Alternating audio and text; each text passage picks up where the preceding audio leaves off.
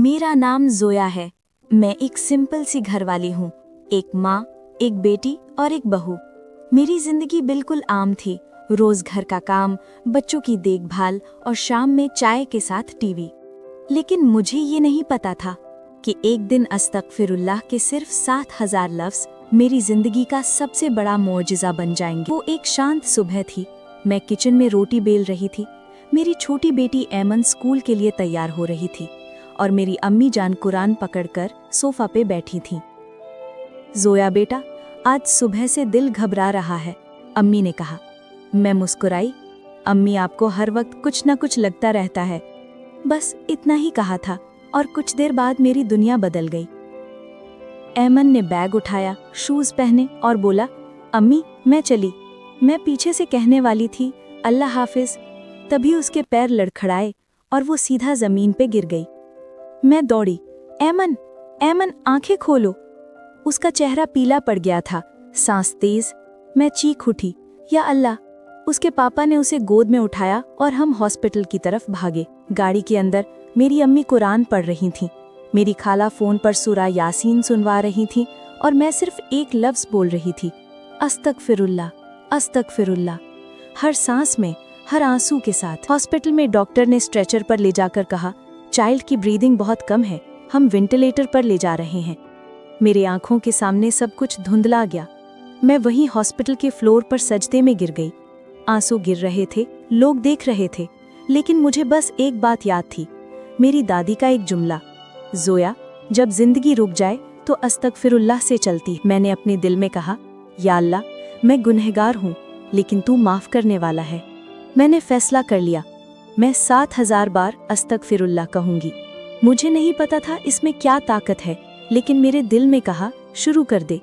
मैंने counting start की, हर आंसू के साथ एक अस्तगफिरुल्लाह, हर दर्द के साथ एक अस्तगफिरुल्लाह, हर सांस में एक अस्तगफिरुल्लाह। खाला मेरे पास आई, बोली, जोया थोड़ा आराम कर लो।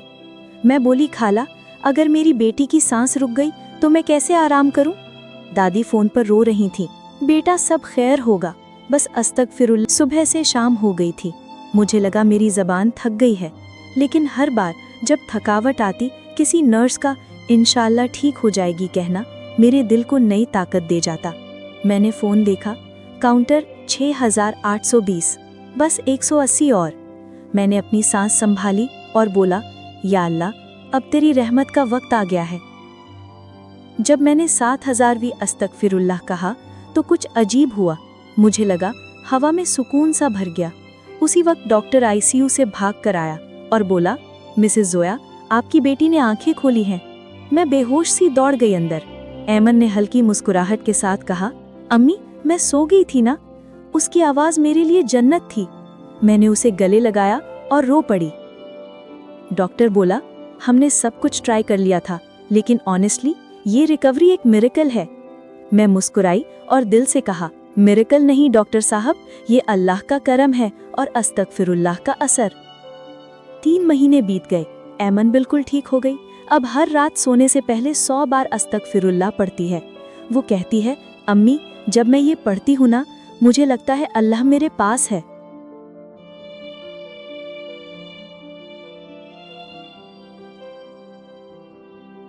अम्मी जान हर सुबह कहती हैं, बेटा देखा, जिंदगी तभी मीठी होती है जब जबान से माफी का जिक्र होता है।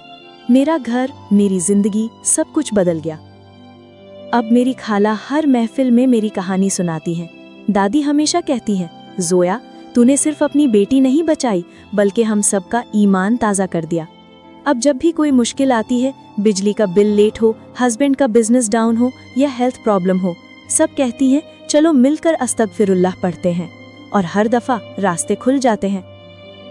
उस रात जब सब सो गए, मैं छत पे गई, हवा में तस्बीह ली और चांद को देखकर कहा, या अल्लाह, तूने मुझे सब कुछ दे दिया, मैं तेरी शुक्रगुजार हूँ। मुझे लगा चांद भी उस वक्त आमीन कह रहा था।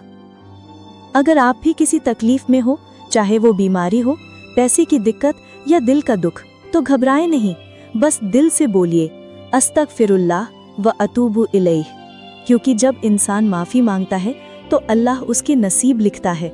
अस्तगफिरुल्लाह सिर्फ माफ़ी नहीं, एक रहमत का दरिया है जो जब चलता है तो मुआजिज़े होने लगते हैं। मैं जोया आज भी हर रोज कम से कम 300 बार अस्तगफिरुल्लाह पढ़ती हूँ। मुझे लगता है मेरी रूह साफ